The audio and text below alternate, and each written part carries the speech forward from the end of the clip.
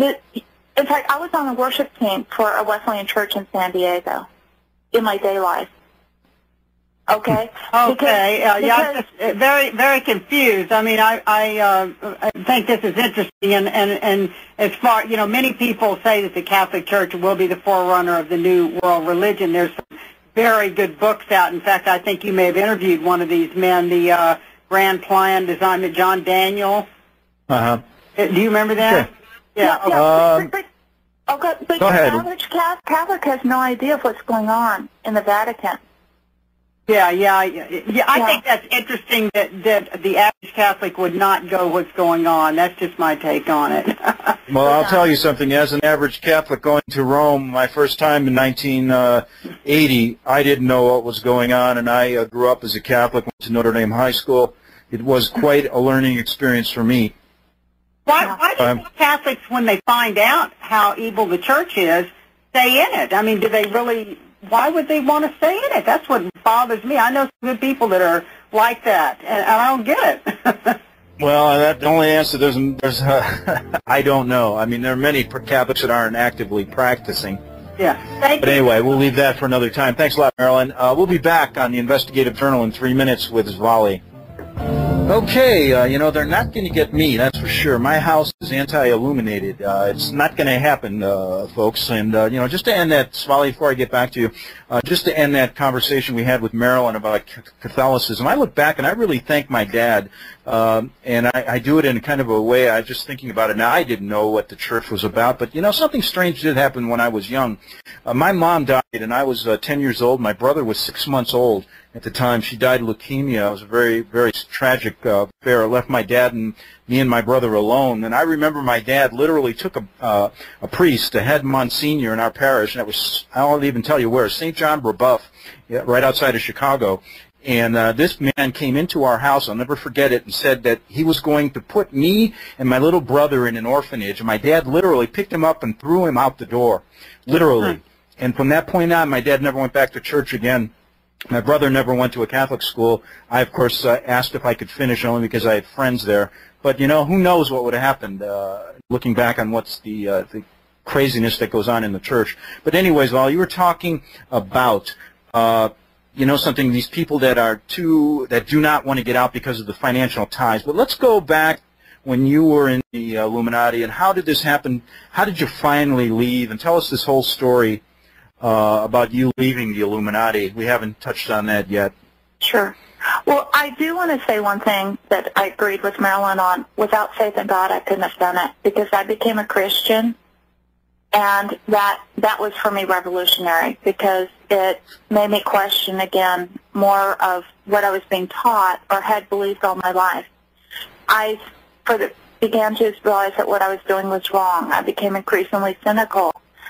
And I also then started standing up to the head trainer in the county who despised me, because he would do things that were just blatantly cruel for no reason whatsoever. I'd say, you're wrong. Well, people don't like that. And he took it out on me in a lot of horrible ways. I finally made the decision to run. I ran to another state, because I knew that my chances of getting out while still staying in that area with people I knew, surrounded by people who were in the group, was not going to be very good. So I went to another state. You had to leave your family and everything, right? Everything. Well, my children were with their grandparents, and at that point I thought that was better than them being with my husband. And I was going to go get my kids. But my husband then called, and he said, I want to reunite with you. And I said, okay, that's wonderful. And I said, but you have to get help. You have to get some treatment, because we can't go on. You've got to get out of the group. And he said, okay. He said, I'll pick up the kids and meet you in a week. So, you know, the day before he called, said, I'll be there tomorrow, blah, blah, blah. And so I was excited, thinking, oh, he's getting out. He's getting out. That's wonderful. Instead, he had gotten the kids several days before. He was lying to me. I didn't know it. I had gone to a judge, and the day that he was supposed to arrive, there was a knock on my door. It was the policeman serving me divorce papers, and also a restraining order saying that I could not come within 100 yards of my husband or my children. And at that point, I felt slightly punished for leaving the group. I fought that, and I fought for 4 years with a court system that said that things like this didn't occur, because my husband would go into court and say, this woman's psychotic, she's making it all up. There's no way, ha, ha, ha. This stuff doesn't happen this day and age. And the judge would say, you're right, slam. Full custody to the father. And I had to have supervised visitation for 4 years with my own children, so that because I was considered kidnap risk. But through a lot of prayer, I had my whole church praying for me here in Texas, and through what I believe are a series of miracles, my children were finally allowed unsupervised visitation with me after 4 years. And during that time, I said to my daughter, who was 14, I said, I want so badly for you to get out.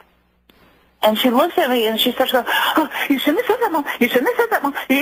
She just freaked out. She just totally lost it. And I realized it was her programming cycling, because she was just terrified. You know, she was like, why'd you say that? Why'd you say that? You know, and I said, it's okay, honey, calm down, calm down. And then finally, she was just shaking. And then finally she said, well, I don't want to go back and get hurt. And then I said, you don't have to.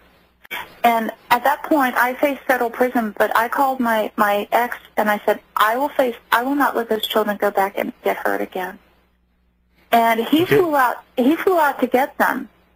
And he could have put me in prison at the time, because I was breaking the custody visitation, and you know how strong the courts are on that. And I said to him, I said, please, because my daughter and son said, we don't want to go back, Dad. We don't want to get hurt. We don't want to do this anymore. And he looked at them and he said, I want to go think about it. And so he went home. And I was praying for him at the time. And then that night he called me and he says, oh my God, oh my God. And I said, wait, he said, we've got to get out. We've got to get out. And I'm like, yes, you do. And and then he said, and then he made the decision to get out. At that point, he went to a notary public. He gave me, and he did a legal document, gave me full custody of my children. And then he said he was so sorry for it. He put me through the HELL. He put me through for years. Now, have you had any reprisals from anybody in the group since you leaving, or any warnings to be quiet or anything like that? Yeah, of course. I mean, and there's one time when I did write one article that named some specific dates and times,